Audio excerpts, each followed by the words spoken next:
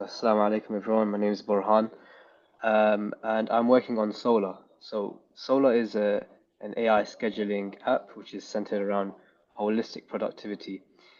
We recently completed Dean Developers batch three. So they had a build-a-thon, which is basically a 7-week hybrid startup accelerator where we pitched our ideas to seasoned Muslim entrepreneurs.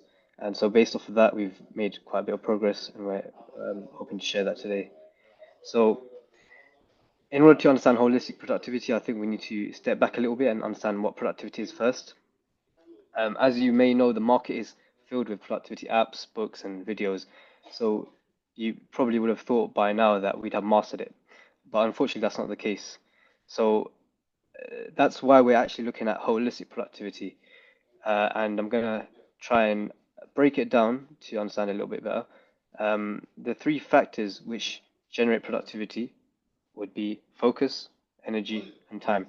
Now, two out of three of these are intrinsically influenced, sorry, and intrinsic factors are far more superior and stronger to extrinsic factors. Um, so, in order to now identify the problem with what's uh, currently available on the market, when we look at focus, there is so much going on. Our distracted minds lack priority, and we don't know where to place our meaningful goals. In terms of energy, we're lacking the routines which actually help us sustain and optimize energy. Big factor of this is sleep and time. Oh, okay. Should go on do not disturb.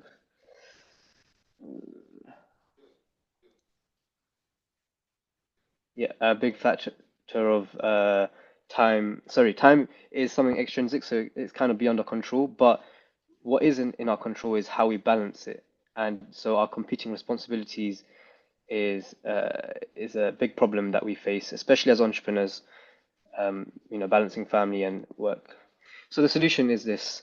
We're building Solar. It's a scheduling app, and how we tackle each of these with focus, we're looking at intentional goal setting. So this directly addresses the intrinsic motivators that we have going on, and alongside that, we've got AI coaching.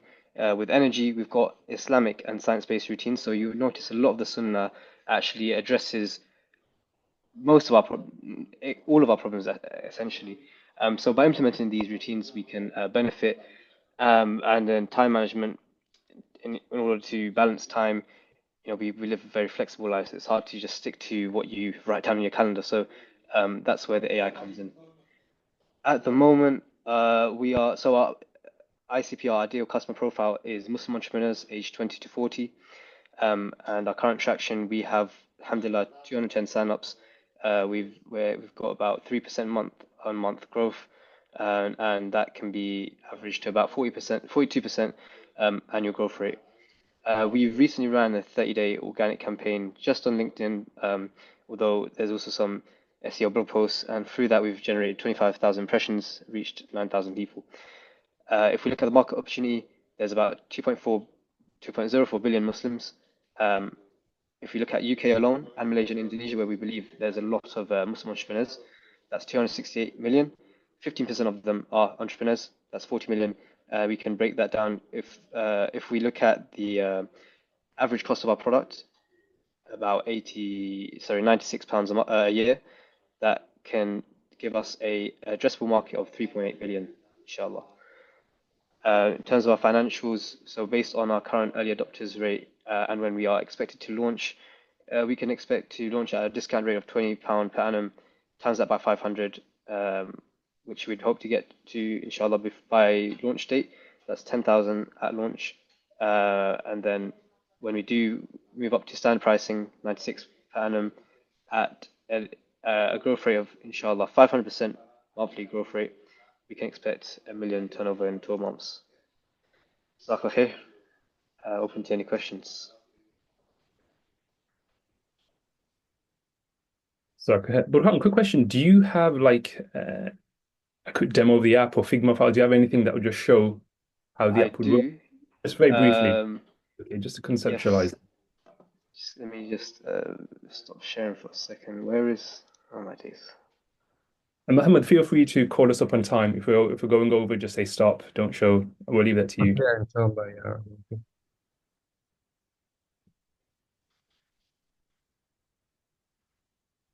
Okay, so it's actually available as a public domain, which has got a password. So let me replay this. Okay. Uh, so this is the main calendar view. By the way, we are doing UI UX design, so this is just prior to that being completed. You can create events as usual, as you would on a calendar. There's also there's a task bar view, so you can just view all your tasks. We've got prayer times, so a large part of this is the Islamic aspect. You can either choose a local masjid, so it would display your local masjid, or you can, if you're traveling a lot, you can do geolocation, so it adapts. You can even upload a specific timetable of a masjid. Then we've got the routines for the sunan, for example, helping you wake up in the last third of the night. Got morning adhkar, all of this.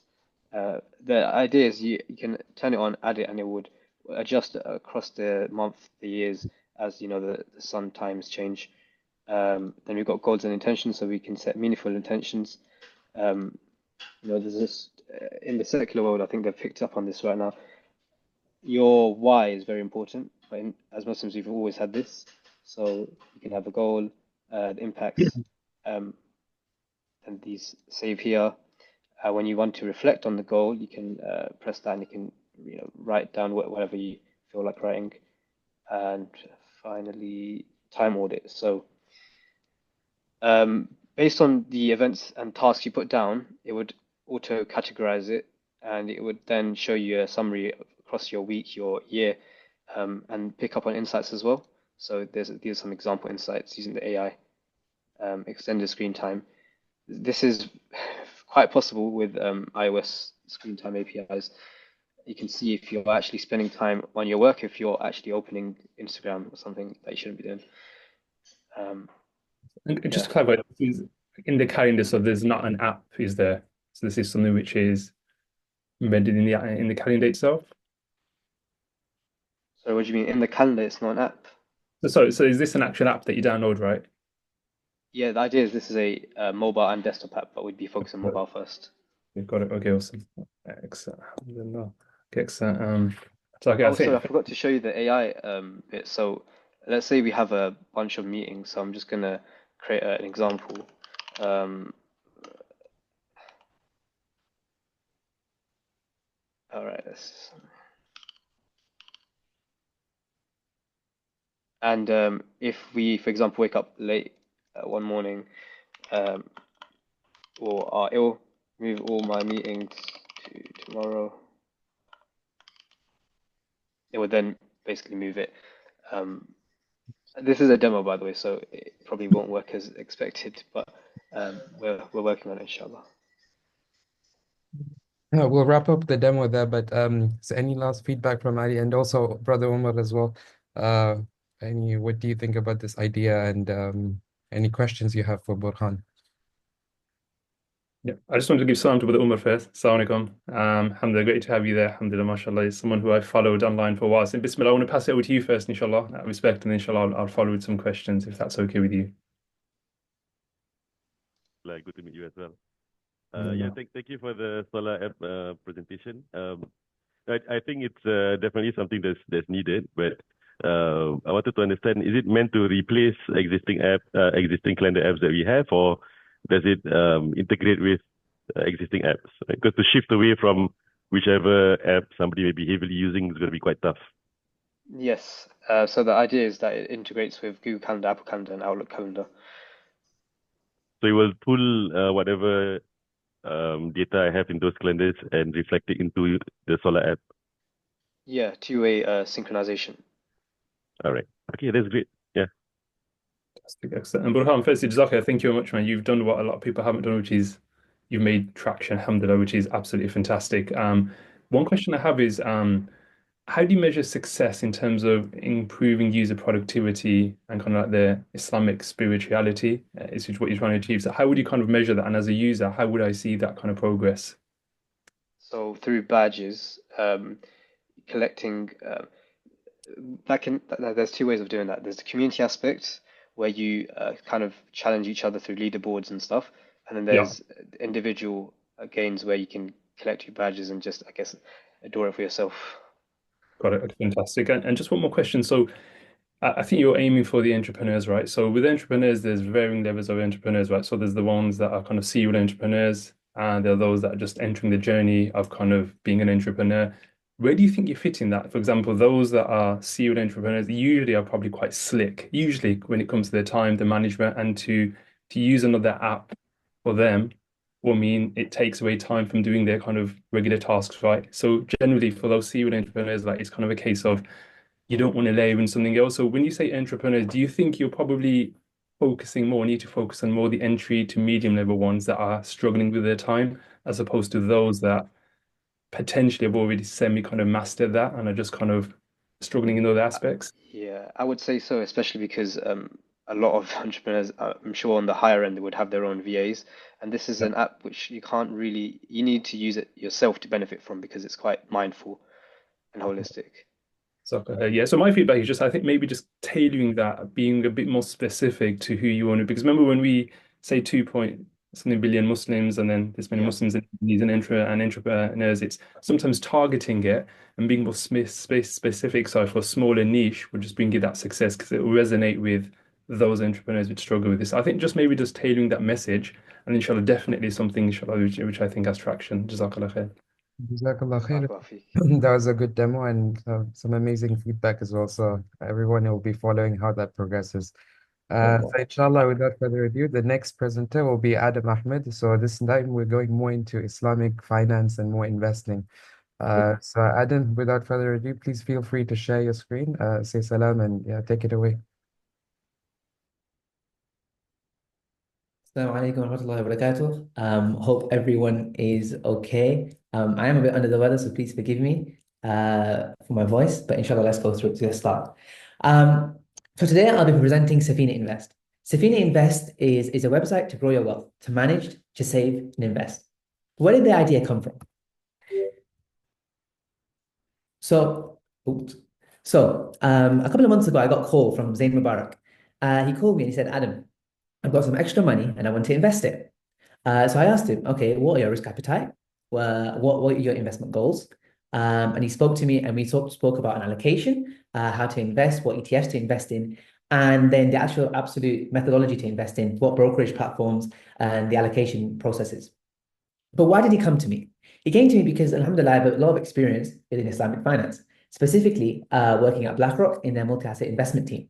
There, I actually worked with wealth clients, pension clients, and high net worth individuals to create these bespoke multi-asset methodologies and portfolios for these high net worth individuals.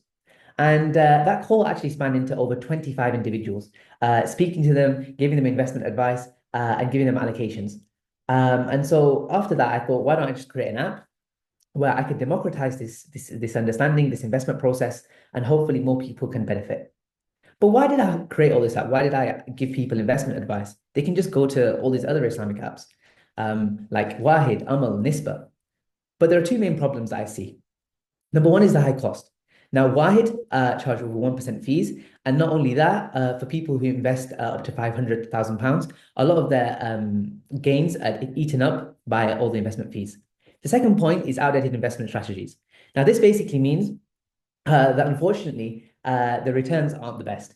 If you look at the most risk to reward ratios, you can see that these allocations aren't actually optimized. You can see when they go from conservative to aggressive, you see that these portfolios are linear. They increase equities by maybe 10%, 20%, 30%. This is not how normal portfolio theory works. And so what I wanted to do, I wanted to inject modern day portfolio theory, technology, automation, data into the process to ensure that Muslims actually get the best optimized portfolio for their investments. So this is where we come to.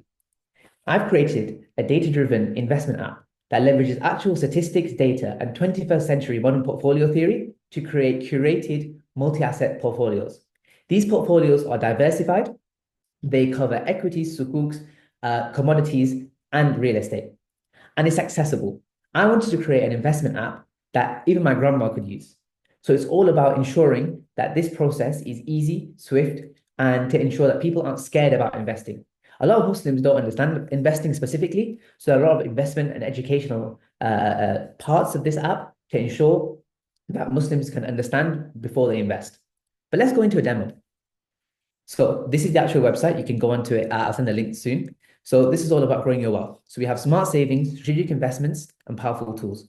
Let's start off with smart savings. So here we have savings. Now, a lot of Muslims don't actually realize there's actually halal investment banks in the UK where you can actually invest and get over 4.75%, 4.5%, or 4.7% with banks in the UK. You can open an account using Raisin and you can invest specifically there.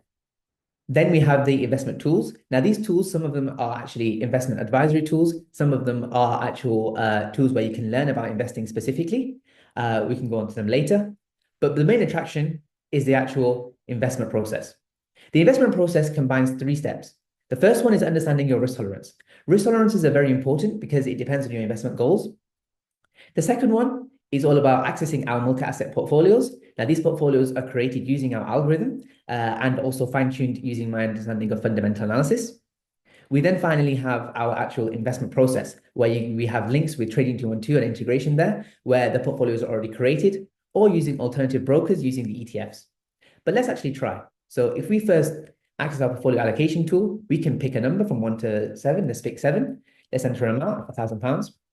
And if you press Analyze Portfolio, it actually generates the portfolio using our algorithm. And what we have is our analytics, over 18% year-to-date return, an expected average return of 8.5%. And this is where our allocation comes to life. So we have all these different ETFs. These are all Sharia compliant. And then we have, for example, Title 100, which is the Dow Jones Title 100 index that's tracked by 2 different ETFs, by the Invesco and the HSBC one. You then also have your allocation and the year-to-date return of this ETF fund. You also have the portfolio return over the past 10 years. And if you're happy with the expected return, the volatility, the max drawdown, then you can press continue. And here you can choose your investment path. You can use Trading 212 and our integration there, where you just click a button and it takes you to Trading 212, and you have your portfolio already created for you. Or you can use alternative brokers. We have alternative broker page where you can explain all the UK different brokerage platforms. And you can use ETFs to basically, and the tickers to invest. Now, this, and you also have, the learn page as well, where you can understand more about investments, savings, pensions, ISAs, investment platforms. You can have your risk tolerance quiz, where you take the quiz and you can understand what your progress is, what your risk level is from 1 to 10. And also you can learn about asset classes. And with the coolness of time, I'll probably just stop sharing, and hopefully, inshallah, we can have questions. Yeah, Jazakallah khair, Adam. I was just about to say we're running out of time. It was a great demo. But yes, please, Brother Umar or Brother Ali, either of you can take it away first.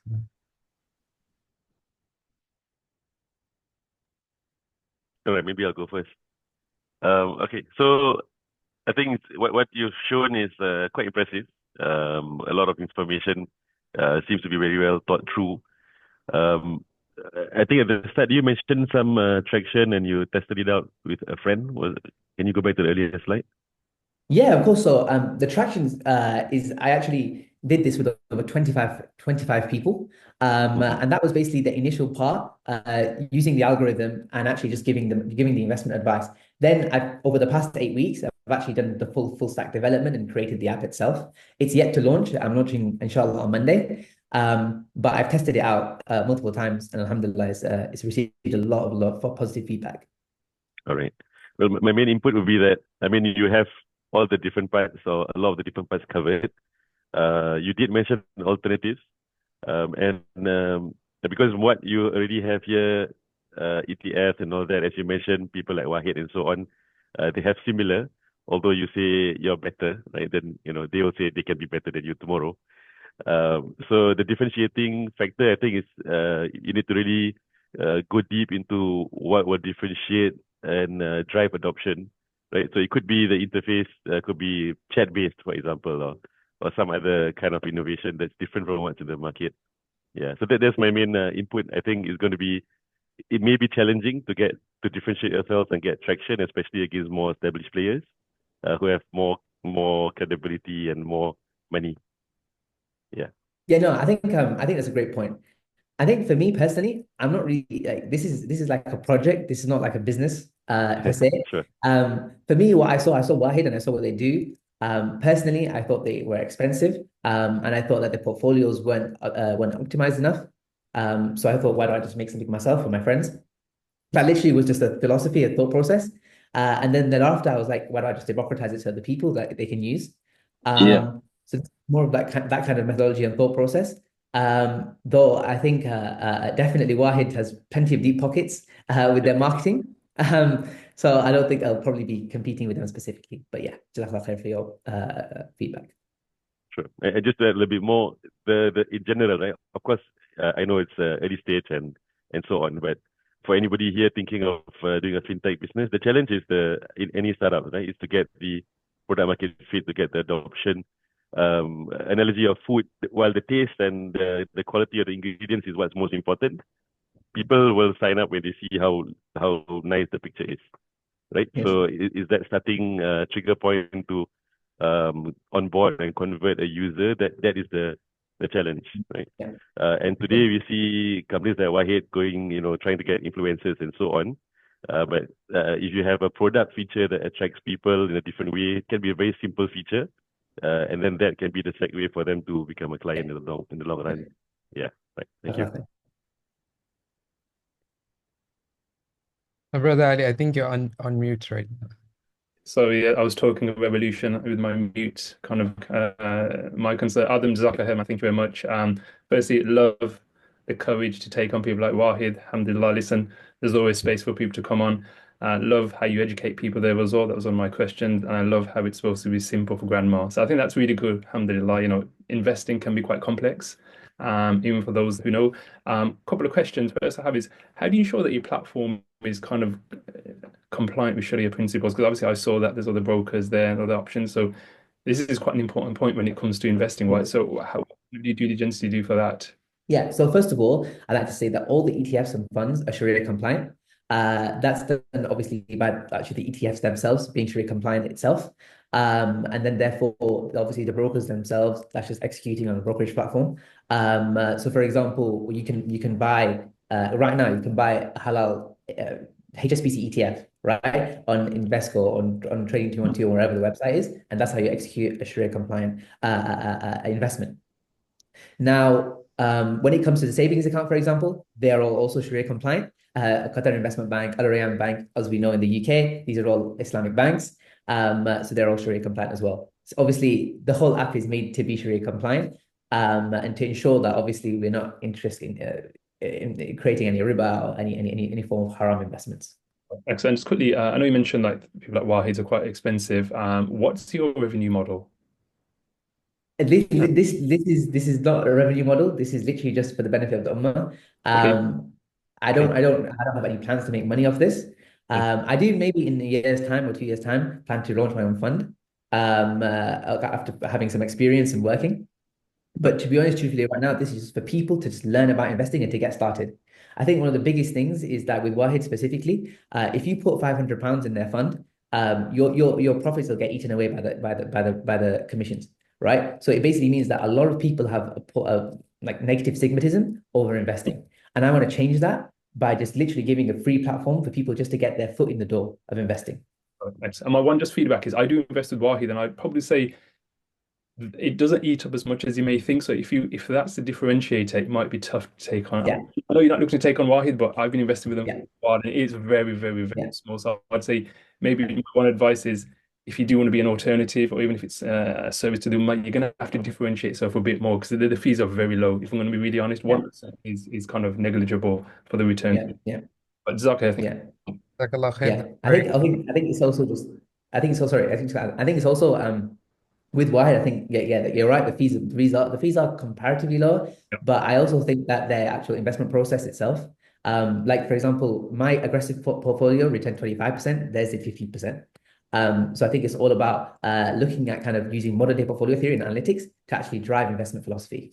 Oh, Jazakallah khair. And definitely, if any of the participants wanted to carry on the conversation, you can reach out to any of the judges and speak more. It will be interesting as well. So next one, inshallah, is more in the logistics field. We're going from finance to logistics. So Brother Talha, without further ado, inshallah, if you're ready, you can share your screen and take it away. Assalamu alaikum, everyone. want to share a quick story. Growing up between Preston and London, I used to spend countless hours on the M6. Each journey I'd passed dozens of commuters and business travelers going the same route. And during university, like one time I needed to send items between cities. I was shocked to find myself paying £270 on platforms like Shipley and Anyvan for routes that I knew like were constantly traveled by people. Just about me, I'm Talha, founder of AI, and after years of building B2B logistics software, including a successful pilot that demonstrated 18% shipping cost savings for Tesco, I realized we could transform personal delivery by connecting these dots in a way that sort of works for everyone. When you need something delivered today, you have two main options. First, there's the likes of Royal Mail and DPT.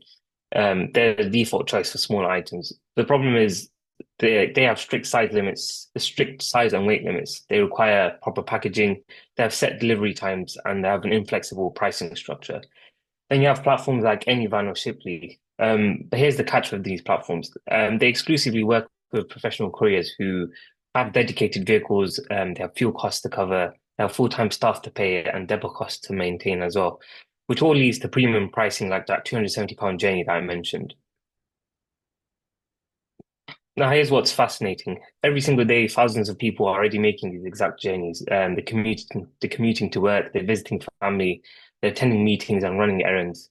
These people already have planned journeys, they've already covered their fuel costs, and they have available space, and they have a desire to offset expenses. I was thinking, what if we could turn these existing journeys into delivery opportunities?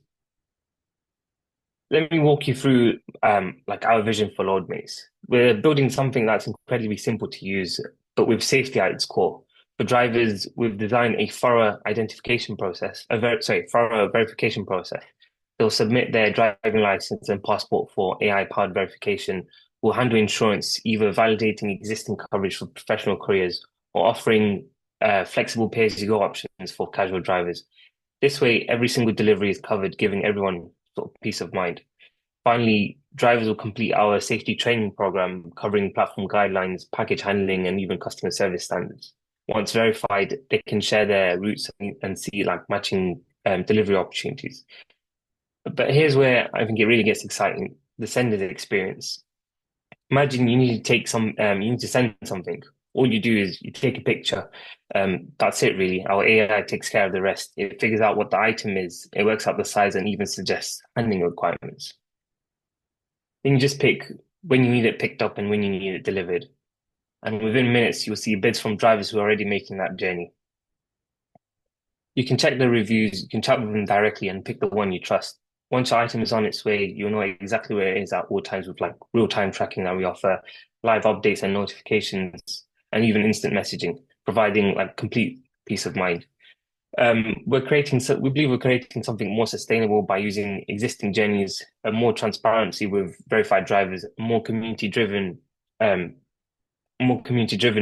solution by connecting real people making real journeys. Behind the scenes, like our platform handles all the complex stuff like route matching, payments, insurance, and safety checks. We're taking care of the hard parts so our users don't have to.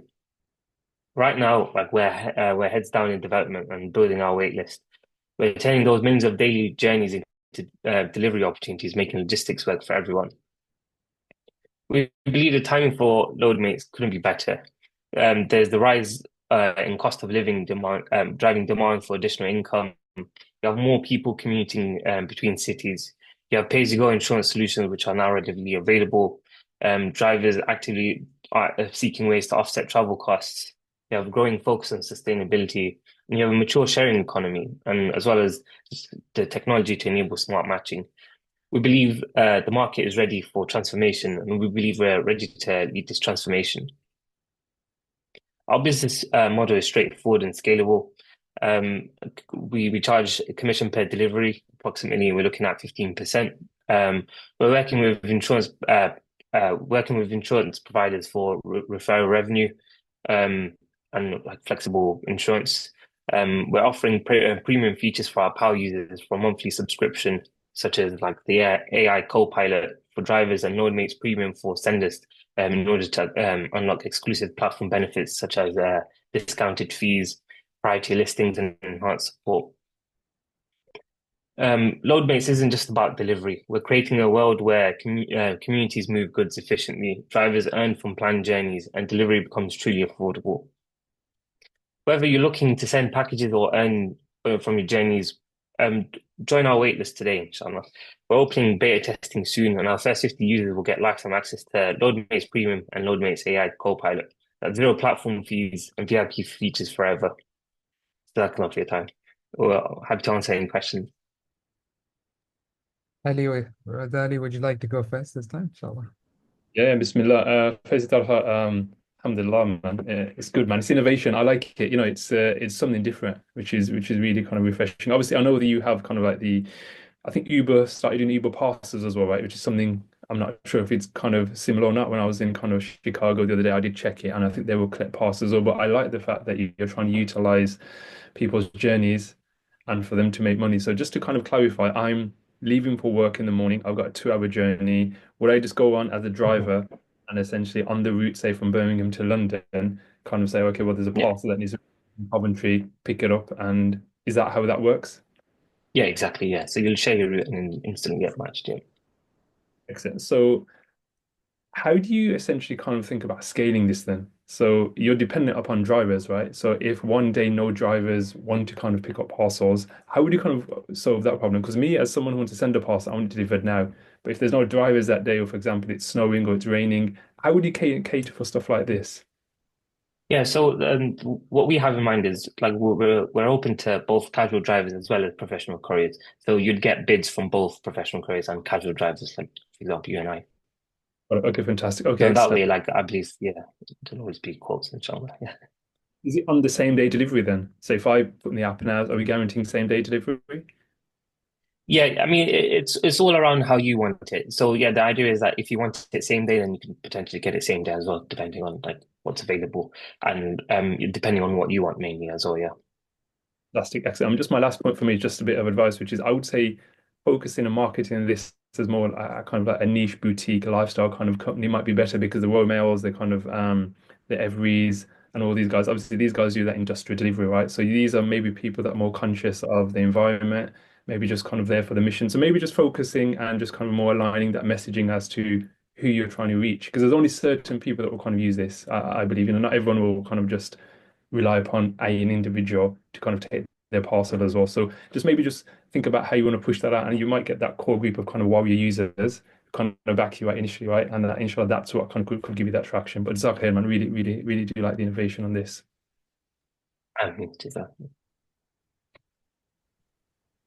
Yeah, on my end, I like it as well. Basically, what you're doing is you are trying to activate or monetize spare capacity, right? Spare capacity in terms of time, in terms of storage, in terms of the sunk cost of travel. Specifically, I think my understanding is intercity, right? Because I don't think this may be so useful or so relevant within a smaller area, right? It's intercity kind of a journey. Yeah. All right. Yeah, I think the only, I guess, suggestion or advice I can share is this space is incredibly competitive.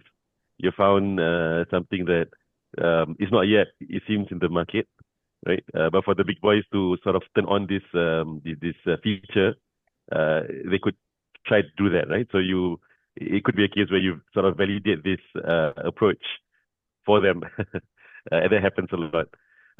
So maybe what you can focus on is, I think, as Brother Ali mentioned, more niche markets, or be the champion in a specific route, right? From this point to this point, this is what you focus on, and you dominate that, and then you open up more lines, right? So you go niche by niche or journey by journey, that kind of thing.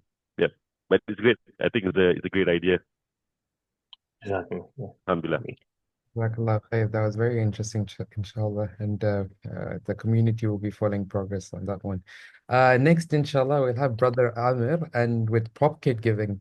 Pocket Giving is an app related to charity drives and everything. And I'm particularly interested on the feedback from Brother Ali on this one, because I know he's on a similar space with Amanify.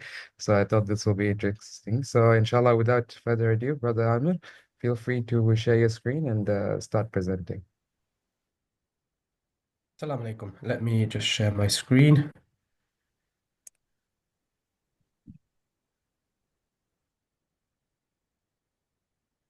You'll all also need to excuse me a little bit if I start coughing. I've had COVID for the last week and I can't shake my sore throat and the cough. So if I do start coughing, I apologize.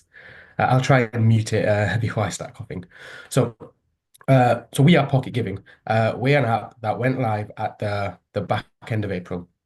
And I'm going to start with a little analogy. It's Jummah, and you actually want to give some sadaqah. But right now, you need to decide what charity you want to give it to, what cause you want to give it to. You then go on the charity's website, you then enter your card details, and then you make the donation. And you know that that process is going to take you, 5 minutes. So with the best of intentions, you'll say, I'll donate later, but later doesn't come. And that's kind of where myself and Jose came up with the idea of pocket giving. So I'm a chartered accountant by trade. I started my career at Deloitte and then took on some very senior finance roles as finance director, head of finance. And then I moved into consulting. And for the last 5, 6, 7 years, I've been working in digital transformation consulting. And that's where a business has been taken over by a PE house. They're growing rapidly and they need someone to come in to transform the finance function. And I've decided to take that skill set and use it for something good. Uzair, who's also on this call, he has worked with charities all his life, and he's also worked in education. And currently, he's the head of year. I say currently, his most recent role was head of year for a school. But as a coming Monday, he'll be full time on Pocket.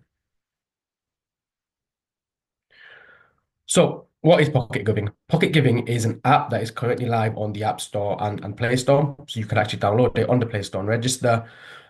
We've been live since the back end of April. If you go on the App Store right now, actually, and you tried to register on the app, you wouldn't be able to because we've actually pushed something to Apple. And once they approve it, inshallah, Monday, Tuesday, everything will be back to normal. And I'll explain why that's the case a little later. So what is pocket giving? We want to make giving to charity a way of life. And we want to do this whilst catering towards the digital generation. So right now, if you want to order something, you go onto Amazon, it's here the next day. You want to order some food, within minutes, it's over here. We think giving to charity should be exactly the same. People should have it at their fingertips. And when they have a reason to give, they should be able to just give instantly and immediately. So why should charity be a way of life? For me, charity is the answer to a lot of questions. If you've had good news, you should give sadaqah. If you've had bad news, give some sadaqah. If you're awaiting news, give sadaqah. If you're about to go into an important meeting, take a flight, anything at all, sadaqah is the answer. In addition to that, charity increases your wealth. So there's a Harvard professor called Arthur C. Brooks, and he's done research. This is a non-Muslim, and he's done research that's gone over 25 years. And what he found was that for every dollar that you give in charity, in subsequent years, you receive $1.60. Now, what he couldn't answer was the why. So he even spoke to psychologists, and they said, look, we've been seeing this for many, many years, but we don't know why. Us as Muslims, we know why. It says in the Quran, look, the more you give, the more you get back. And there's a whole bunch of other kind of quotes in the Quran as explaining the benefits of giving to charity. And that's why we think it should be a way of life. So how is pocket giving achieving this? So our first feature is that you can donate in less than 5 seconds. So once you're onboarded on the app, within 5 seconds, you can actually make a donation. So no longer having to go onto websites, entering your card details, and they're taking minutes. Secondly, we're trying to get all your favorite charities onto one platform. So we've got 20 plus charities on the app right now, all with their own different niches. So we've got someone called Ahmed, and what they do is they work with doctors in Palestine. So in Palestine, we know that the 2 major universities were bombed, which means there's doctors that were in their 3rd year, 4th year, 5th year of training. They weren't able to complete their training. So Ahmed take these doctors out of Palestine, taking them to different countries, training them up and putting them back into Palestine. We've got National Waqf, and that's where when you donate, they are investing your money, and the grant that the investment generates is then given as aid, or it's then reinvested. So the £100 you donate kind of over your lifetime, and even after that, could be thousands and thousands of pounds in charity just from that £100. And we've got a whole bunch of other niche concepts that each of our kind of charities offer. So now it's not just that you can give to the charity that you always give to. You can go on the app and you can give to a different purpose, a different cause easily and frequently. And finally, is you get updates on the causes that you donate to. So look, we've all given to charity, we've all donated to projects, and it's no fault of the charities because it's not feasible for them. We don't know where that money's gone. We don't get updates on the donation. Quite simply on the app, it's like social media. There's a timeline, and charities will put posts on showing you exactly where your money's gone. Or you can click onto the project. There's a gallery there, and it'll show you the history, so you'll know exactly the kind of where your money's going to, and you can track your donation. So what I mean by that is, right now, if we give to zakat, if we don't write it down on our notes, if you don't write it down in Excel, you've kind of lost that donation. So when it comes to your zakat anniversary and you're doing a calculation, you've actually thought, okay, I've given some zakat over the year, but I've forgotten what that was. On the app, it shows you exactly how much you've donated. There's other benefits as well. Look, I'm a chartered accountant. We have a family accounting practice. There's a lot of individuals when they do the self-assessment tax return. A lot of companies, when they give to charity, we then ask them for evidence. They don't have it. On this, you can export an annual report so you know exactly how much you've given. So from a tax return perspective, you're covered. Furthermore, we're HMRC approved, which means collecting gift aid is much easier. So if you go on the HMRC's website, we're an approved software, which means that as a user, the minimum information we collect means that for you to give gift aid, you just need to tick a box. You don't need to keep re-entering your details. So what does 2025 look like for Pocket? So for 2024, it was about perfecting the app and getting ourselves into a stable position. And we've been trying to get as many charities as we can onboarded. Like I said, we've got 20 plus on the app. And the reason for that is because if we had focused on getting users in 2024 and there wasn't enough volume on there, a user would have come on, see there's 2 charities and thought, okay, this isn't ready for me to donate to. So we focused 2024 on getting as many charities as we can. We've got a new website coming. So I've talked about people using the app. You'll have infrequent donors or people that want to build up the trust in Pocket before they download the app. You can go on the website and you can donate to all these same projects on our website. We've got new features coming, like the fundraising module or a zakat calculator or tap to pay. And this is where all these charities can use their phone as a method for fundraising. So they don't need sum up machines. They can simply use the app and they can collect it. So these are features that we're looking into and we're looking to develop actively right now. We've got new charities. So Resole is a charity that will be launching this month. And what they do is they go up and down the country helping homeless people, giving them trainers. We're in conversations with One Ummah, Message Humanity, MATW, and inshallah, we're looking to get them on the app. One Nation are pretty much there. The 99% agreed to join the app. We just need to get them onboarded. We're actually going to be taking part in fundraising and deployments ourselves. So we've got a bike ride in Andalusia, which we're going to be doing with one of our partner charities, and the money raised will go to Gaza. Self-sustainability. So it's one thing to give aid, but we want to make these areas that require aid self-sustainable. So Forgotten Women is a charity that's for women, led by women, and what they do is they set up businesses for these women so they don't have to just rely on aid. Marketing. So, like I said, 2024 was about getting charities onboarded. 25, we're going to be focusing on users. By the end of the year, inshallah, we want to have 20,000 users on the app, registered using the app. Marketing and new partnerships. So what I mean is we've got a new partnership starting with Imam Channel Light Upon Light, which will kick off this month, inshallah, for the rest of the year.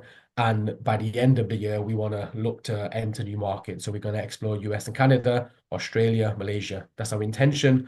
We've not finalized which markets we want to go into this year, but we do have an intention to go into some new markets as well. Your brother Aamir, we just need to wrap up there for the pitch. Any questions? Brother Ali, would you like to go first, inshallah? Assalamu alaikum, Brother Ahmed. Firstly, I absolutely love this. I'm in this space, but we are more in the kind of white label tech for charities and our app. So amazing. Ahmed was there at Mosque Expo.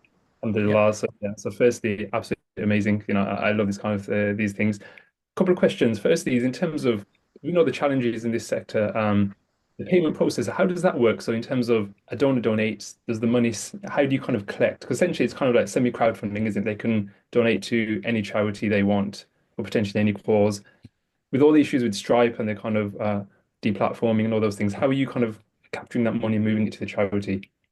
Correct. So at the minute, we are using Stripe because whilst we created the app, they were the most reliable one. But in the back end, we are actually speaking to a few different payment processing companies. So one of them that we spoke to is called Total Processing. And what they've done is they've actually created some Sharia compliant models of collecting the payments. And what we're going to do, but where they are a little bit different to Stripe is that they want to onboard every single charity and do background checks and AML. So we're going to be using both concurrently. So we'll onboard an app, we'll have them for a few months, and then we'll then pass them over to Total Processing. Total Processing will then do the onboarding, and then what we'll have is two-way coverage. So if Stripe at any point wants to turn off a charity or turn us off, Total Processing is there as well. But we will, inshallah, predominantly look to use someone like Total Processing ahead of Stripe. So, and what's your revenue model in terms of this? How do you guys make money to sustain yourself? So the big bulk will come from gift aid. So because we are HMRC approved, we collect the gift aid on each of the charities' behalf and we get 5%. Eventually, once we have enough users and each charity is making enough gift aid, each charity has agreed to pay a platform fee as well. And that could be anything between £50 and £350 a month, depending on the size of the charity. So if a charity is now making £1,000, £2,000 per month in gift aid, they'll happily give us £50 to £350 per month because they know that they are getting excess and this is an extra revenue stream for them. So we aren't taking out the donation, it's all from the gift aid. And there's so much unclaimed gift aid in the UK right now. And we're tapping into that by making it easy to collect that gift aid. That's excellent. I'll just finish off. Just two pieces of advice. The total processing move is good. Just don't rely upon Stripe. I'm just talking from experience from working with some of the largest charities in USA, Canada. That's one risk. And secondly, is inshallah move to the USA. There's a lot more wealth there as well. Just being honest and open. End of the day, there's a lot more. The Muslims there are much more generous. Focus on the UK as well. But if that's my two pieces of advice, jump from the UK to the USA as fast as you can, inshallah, if you want to accelerate things. Of course, I sincerely appreciate that. I mean, we'll definitely look into it. One other thing to add is we are actually going to be doing like an education piece as well. So obviously you got donors wanting to donate to charities. We actually want to work with each charity and educate the donors on what are the donation policies, 100% donation policy, and specifically what do you do and how does the money get from the app to the end user. Fantastic, excellent. Zaki, that'd be fantastic. Allah bless you guys, man. All the best for that. I mean, appreciate it. Abdurrahman, please. Yep. Yeah, congratulations, Aamir. I think it's definitely something that is good. The part that I'm a little bit struggling with is I don't really understand the differentiation because there are or what's unique about this. Right at the beginning, you mentioned the habit of giving when something bad happens and something good happens and so on, right? So we as part of one of our initiatives in one of our projects, we have a venture builder with a platform called Global Sedekah, right? So essentially, it's I would say quite similar to what you're doing. We raise funds for NGOs, right? I think the difference is you don't do it crowdfunding style, do you? Meaning specific campaigns, specific stories. It's choose the NGO, right? Correct. So at the minute, we don't have that campaign fundraising style yet. But I think our key differential is going to be you can donate quickly, but you also get updates on where your money's going to. So it's a social media feel that people are used to, like Instagram, LinkedIn. But obviously, we don't want to embed this into Instagram because ideally you want to get youth off social media as much as possible, especially given the negative connotations. So we've kind of taken that style and put it into an app so people can come and see different causes, different niches, and quickly donate and get update on their donations. All right. So the NGOs will upload the updates directly into your app, and then I'll see it on my feed. Correct. But we are actually working quite closely with the NGOs. So we've got a group set with every single one of them. And the way we kind of operate with them right now is they'll send us all the pictures and we've got a team that takes those pictures. And if we need to do some kind of edits to make it look nice and more presentable, we'll then do that and upload it for them. So we work very closely with them and offer that service as well. All right. Okay, that's great. Yeah, I mean, I encourage you to keep pushing and trying. I'm sure there'll be some pivots and some adjustments over time. Just my own suggestion is, to get direct consumers to donate to the B2C business. It's usually quite challenging, right? You got to either have a very good marketing outreach strategy or spend a lot on ads and so on. But one area or one avenue in which you could potentially look into is to partner with other apps that already have a catchment, right? For example, Azan apps, Quran apps that do not yet have the charity element. And through API, you can provide the charity element to their app. Yeah, so that's something to think about potentially. Yeah, that's Yep, thank a you. fantastic idea and definitely something that we would look into, inshallah. And you're right, obviously we understand the challenges and there are other options out there. So it's kind of why use us and not others. And we've got a few ideas on the marketing side, inshallah, to help us build up that user base. Right, inshallah, all the best. Allah khair. Jazakum khair. Set of amazing advice, and all of these projects are so inspiring to see. So may Allah grant success for all of them. Last but not least, inshallah, we have another change of gear. So this is a brokerage platform for commodities. So Brother Abdurrahman, if you're ready, but without further ado, please feel free to share your screen and take it away. Bismillah ar-Rahman ar-Rahim. My name is Abdurrahman. I'm a tech-focused entrepreneur with a background in applied physics. I'm here with my co-founder. Shoaib, and my background is actually in the brokering space, and I actually took part in some brokering deals, which is how I came across this idea. Now, let me start with the story. Imagine a $1 billion deal, an oil and gas transaction so vital it could power cities for weeks. Now, imagine that deal stuck, delayed for months, costing millions, simply because the system isn't built for speed or trust. This is the reality of the oil and gas market today. But what if we could change that? What if every deal was smooth, simple, and swift? That's exactly what we're doing at Souq.AI. Now, oil and gas transactions are stuck in the past. Brokers, inefficiencies, and outdated methods slow things down. But at Souq.AI, we believe in something better, a system that works for you, fast, transparent, and built on trust. This isn't just about replacing brokers. It's about creating a future where every deal is seamless, every transaction efficient, and every business empowered. Welcome to the future of oil and gas brokerage. Now, the oil and gas market is a $3.6 trillion industry, and I'm just talking about the physical commodity side, by the way. And it's plagued by inefficiency. Deals that should take days drag on for months. Why? Outdated tools like fax machines, they're just about moving to WhatsApp as well. A lot of paperwork, spreadsheets, and also mistrust fueled by scams and fragmented communication. A resistance to innovation that leaves brokers clinging to the past. This isn't just a problem, it's a $1 trillion opportunity waiting to be solved. Now, we're not just improving the system, we're replacing it, and here's how. Number one, an AI-powered matching engine that instantly connects buyers and sellers based on real-time needs. Number two, automated documents, contracts, NDAs, everything generated seamlessly, saving hours, days, sometimes weeks. And number four, secure payments, blockchain-backed, tamper-proof, and trusted. And number five, AI chat broker. Think of it as your digital assistant, negotiating deals, managing contracts, and making transactions effortless. With Souq.AI, deals that took months now take days. We're not just speeding things up, we're transforming how this industry works. Now, for the market opportunity, yes, let's talk numbers. The physical oil and gas market is worth $3.6 trillion today, projected to hit $4.5 trillion by 2028. Traditional brokers charge up to 3% transaction. That's a staggering $108 billion in annual fees. And yet, no one is innovating in this space. This is our opportunity to bring trust, efficiency, and technology to one of the world's largest industry. And here's the truth. Most platforms cater to brokers. They digitize, but they don't innovate. We don't support brokers, we replace them.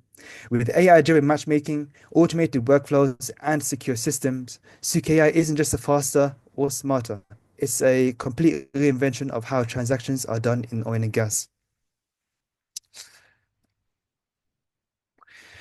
We've engaged around 100 plus industry experts, including Energy Rogues founders, who are specializing in energy data. And we've also networked with Mark Lacour, who is the founder of OGGN, the largest oil and gas podcast in the world. And we actually have a deal with him to come on his podcast and podcast for him, which enables us to access his thousands of followers who are in the oil and gas space. We've also identified 300 plus potential clients and have interest from Turkey and Qatar. And our prototype is live, and our MVP backend will be ready by January, But this isn't just an idea, it's a movement, and we're leading it. Now, they ask, to accelerate this transformation and to really have a very aggressive strategy and capitalize on our first mover, we're asking for a $6.5 million fund over an 18-month runway. And here's how we'll use it. 40% for AI development and infrastructure, 30% for scaling sales and marketing, and 20% for operational expansion, and 10% for contingencies. In return, we're offering up to 20% equity because we believe in this vision. With your support, we can dominate a $108 billion brokerage market and redefine this industry.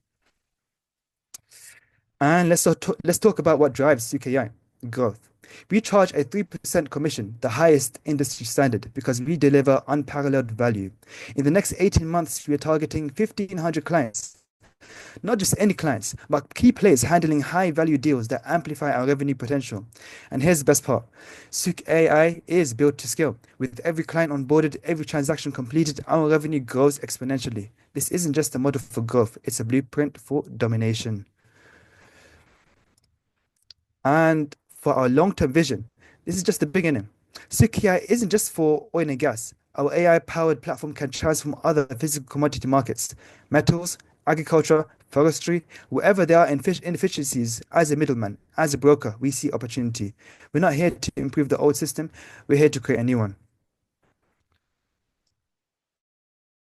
Now, let me take you behind the curtains of Souq.AI.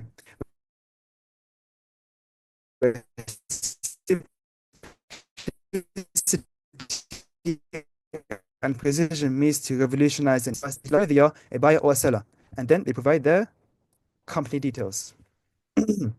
It's quick, seamless, and ensures we know exactly who's on the platform. Then we dive deeper. Personal details, passport verification is all about trust. This isn't just a box ticking exercise. It's a commitment to due diligence, ensuring every transaction is secure and every player is legitimate. Next, our terms. This is where we make it clear. Souq.AI is built on integrity and sorry, just 30-40 seconds more. Just one more slide. Yeah, no worries. Yeah. Next, our terms. This is where we make it clear. Souq.AI is built on integrity. Agreements like non-circumvention protects all parties and establish a foundation of trust. After registration, users arrive at a clean, intuitive login page, and from there, they are just brought to the beating heart of Souq.AI, the dashboard. Okay. Here, they're not just numbers; they're seeing an actionable insights. Sorry. Yeah. Here we go. Actionable insights powered by the expertise of Rogue, a leader in energy analytics. These insights aren't just data points; they are decision makers. And then there's a crown jewel, our AI-driven chat broker. This isn't just a tool; it's your personal tireless negotiator. It bridges buyers and sellers, navigating complexities with precision and cutting transaction times down from months to mere days. This is more than a platform; it's the future of oil and gas transaction. And tomorrow, our prototype will be deep. And this is more than just a business. It's a revolution in trust, transparency, and efficiency. Join us and let's bring the future to commodities trading. Thank you. And if you have any questions for Shoaib and I, let us know, inshallah. Sorry to rush with Abdurrahman. Just one of our judges from Hassan VC. He's coming from Singapore and it's Maghrib there. So inshallah, he can share his feedback first. And also, Brother Umar, feel free to leave after and share any words about Hassan VC and general advice for the community before you leave, inshallah. Jazakallah khair. Sure, thank you. So yeah, I just want to understand, you're saying you're trying to replace the broker, right? So you are essentially a two-sided marketplace in a sense. So you need to find the buyers as well as the sellers. I'm not so familiar in this space. Yes. All right.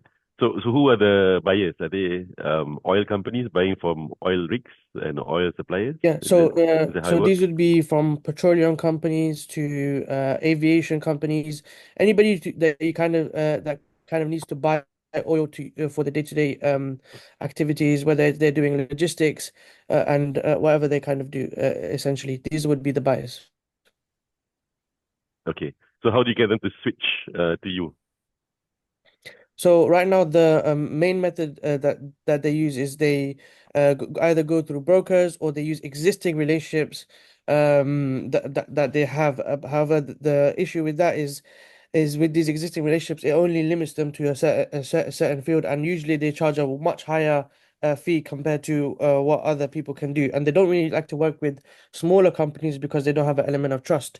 So what we then Yep. do is we vet these smaller companies and then bring that element of trust, prove that they have the money that's available, and allow them to make those deals at a cheaper rate, therefore allowing them to save money and also be able to be able to make more money on their own processes, basically.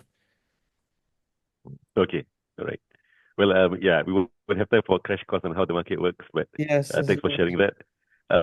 Yeah, I guess in this kind of gigantic industries where the players, the stakeholders are quite entrenched, and because there's so much money moving, there's so many elements of power involved. That's where it's not easy to disrupt, although you've shown very clearly that there is a need to disrupt it, right? So I guess my recommendation would be to find sort of a easy entry point, a low-hanging fruit, which is a pain point that nobody else is solving or nobody bothers to solve, but it's a real pain point for whichever side of the market, typically the supplier side.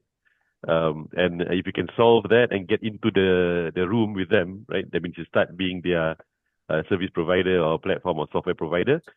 Then over time, you can move into the actual solution that you want to bring to market, right? Because just coming in to do the whole thing or to replace what's already so deeply entrenched at the early stage stuff, right? So the small entry point. For example, one of the startups that we invested in, they are in Indonesia. They want to change the entire experience for travel agents at Umrah and Hajj, right? So they do simulation for Umrah and Hajj and this and that. They had a full suite of all the solutions and everything. But after evaluating the business, it was very clear that there's one pain point that it sounds so simple, but when they focus on that pain point, they get the clients they want, and then they get upsell. Right? The pain point is people get lost during Umrah and Hajj, and they have a simple app that anyone can, it's like an emergency button, and the travel agents can always track where their jama'ah, their guests are. Right? So it's a very simple feature, which is one out of many features, one of a bigger player, bigger solution. But because that is a pain point, they approach any travel agent. I can help you track your jama'ah. And they're like, okay, because every year I get a big headache when people are lost, or I think they're lost, but they're shopping, So, yeah, that'll be my suggestion. And I have to drop off for Maghrib before Isha. It's already dark. So I hope you don't mind. I don't want to ambush this, but just check out Hassan.vc in this part of the world. Although we have a global mandate, we are early stage VC powered by angel investors. So we have Muslim angel investors who are in our community, who invest in our fund, and our fund then invests in graduates of our accelerator program. We've just completed our first cycle last year. Alhamdulillah, next cycle is coming up in 3 days' time. We'll have our next online virtual accelerator program. And yeah, just wanted to spread the word about Hassan.vc. And you can check it out on your own time, HASAN.vc. And please connect with me on social media, on LinkedIn as well, Umar Munshi.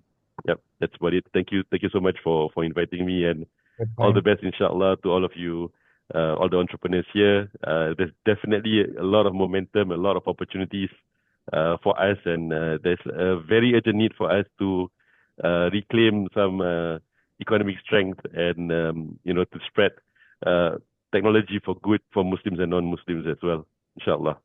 Thank you so much, Redwood Founders and everybody else, and Brother Ali, hope to keep in touch, inshallah. Assalamualaikum. Assalam. Brother Ali Thanks. has likewise. Please go for it. And any parting advice as well for the community at the end. Yeah, I can't help with the 6.5 million, but I was hoping that Umar could kind of write that check, but I think he's dropped off. But yeah, I think Brother Umar's getting some fantastic advice. The one point I'd kind of say, brothers, is trying to replace like brokers, sometimes working with them to facilitate and improve it is better, because there's a company called Sahal AI, which essentially support doctors in note taking. So I know the founder there. So They're not coming along and saying, let's just completely take away note taking, let's support the doctors in note taking to make it more efficient. So I think it's going to be a bit of a difficult ask, because in these kind of situations, right, I'm not that clued up about brokerage, if I'm really honest, but I'm assuming there's a personal touch, the big deal. So people like to deal with humans. You need to speak it out. You get that confidence of kind of shaking that hand. And I know you guys are looking to improve it, but I think supporting them with tech to improve that process, to reduce the time. So even if you reduce that time by 10, 15, 20%, that's phenomenal, right? And if you can monetize that kind of time saving, I think that would be my advice, is to come in and say we're just going to remove brokers and we're just going to change the game. It's fantastic vision, but in reality, it's going to be a tough ask just to kind of replace the current players. So maybe working with them and giving them the tools to kind of improve that will probably be a better ask in that. And the other question I had, but there's just one question, sorry, is that you said that you kind of do that identification at the start, people register. What compliance do you do for buyers and sellers? So like if a buyer or seller kind of, whoever kind of registered with you guys, what do you guys actually do now in this moment in time? So here's the thing. Unfortunately, right now in the industry of the oil and gas space, there isn't a standardized way where you can kind of make sure that this person is a legitimate person. Because one of the issues are that people can use legitimate documents, legitimate business addresses, and actually technically pretend to be a legitimate company and try to do a deal through that method and have scam many people through that way. So we have a team of and we're currently actually in the process of actually building a due diligence team and working with due diligence companies that are expertise in this industry, who are experts in, finding out who's pretending to be a scammer or who's not really doing what they're doing, and making sure that that the people that we are onboarding are actually real people in regards to like the funds, and making sure that these people are actually able to do deals. Usually they're more than happy to provide documents such as proof of funds, and we can have people contact them in contacting the banks that they work with to actually see if this person actually is registered with them, and really make sure that this person actually has the money that he's talking about, so that we can actually do deals properly. Fantastic, excellent. Well, that's great. I mean, the only point I'd say then is that just within that answer, you've probably seen another opportunity, right? So as Brother Umar said, find an entry point. Even if it's a case of kind of validating or verifying kind of these buyers and sellers, maybe that's an entry point, right? So I think definitely love the vision. Like I said, it's not an area that I'm too experienced in. But in terms of where you're going, inshallah, I think I could try and get an entry point, then you can grow the bigger vision, inshallah. So, but just like keep it up with us, alhamdulillah, Allah bless you guys. In terms of just some parting advice, there's just 2 points, right? And I think and all the startups I've done, I think these 2 points are always pertinent. Firstly is, and I think you guys here that have done the demos have kind of ticked this box off. Maybe for the people on the call that have aspirations to be entrepreneurs, they just take action. One of the most blessings we have in this day and age is the sheer amount of information out there. But that can also be a curse, because a lot of people kind of get this kind of paralysis through analysis. So much information we're reading, we're digesting. This person says that, this person on LinkedIn says this, someone says do it, someone says don't do it. Take small steps, trust yourself, put your trust in Allah, and just take action. Because without action, mentally we'll fatigue ourselves. And a lot of people I've met fatigue themselves so much to the extent that they're just tired before they've done anything because of all the thinking. So firstly, I'd say is take action. And the secondly point, which I think is very important, is get this in front of real users. When we did a manifest, we built out fundraising tech for kind of nonprofits. Alhamdulillah, we are a tech partner for the kind of Bill and Melinda Gates Foundation. So we work with about 30 of some of the largest Muslim UK, USA, and Canadian charities. I'd say the best thing that we did was just getting that tech in front of charities, because we build out tech and we assume as founders that we know what the end user wants. But in reality, we might get some of it right, but we'll get a lot of it wrong. So the best advice I can give is don't worry about the polished version. Go and speak to those users, validate the assumptions, because 3 things will happen. They'll either love it, they'll either hate it, or they say this is great, but, and that's where the magic is, because they'll say, but XYZ would be fantastic. So then you're iterating what you're offering based upon real user feedback, and you're providing users what they want. So I'd say take action and just get this in front of real users, and just get that feedback. And that's where you will see the growth, definitely. I mean, that's the key thing, which a lot of people, what they try and do is polish everything. Takes a couple of years to get it out there. By the time you've got it out there, someone else is there. The market moves fast. Things have changed. So get a very good MVP, not a rough and ready, quite a decent MVP out there, and go and get that feedback, inshallah. And I think lastly, alhamdulillah, this is a crowd of believers. I'd say that always make a lot of dua and try your best. And results, they're in the hands of Allah. So, don't worry too much about the outcome. All you can do is try hard, inshallah. And I think, like Brother Hassan said, keep it up. I think the ecosystem for the Muslims is fantastic. There's a lot of need. And I think of all the kind of years I've been kind of doing the startups, I think this is probably the best time, alhamdulillah, to start things. You have so much opportunity, inshallah. And likewise, I am on LinkedIn. I'm not that active, but I am on LinkedIn. But if anybody needs anything, do drop me a message. And again, Jazakumullah khair to Brother Muhammad and everyone at Redwood. I think you guys do a phenomenal job. Honestly, fantastic job, inshallah. And Allah bless you all. I mean, Jazakallah khair, guys, everyone, for staying till the end. I know it overran, and Jazakallah khair, Brother Ali and Brother Umar left, but may Allah bless you guys for giving your time. I know it's not easy sometimes, and giving very precious advice to our younger community who are going down this path.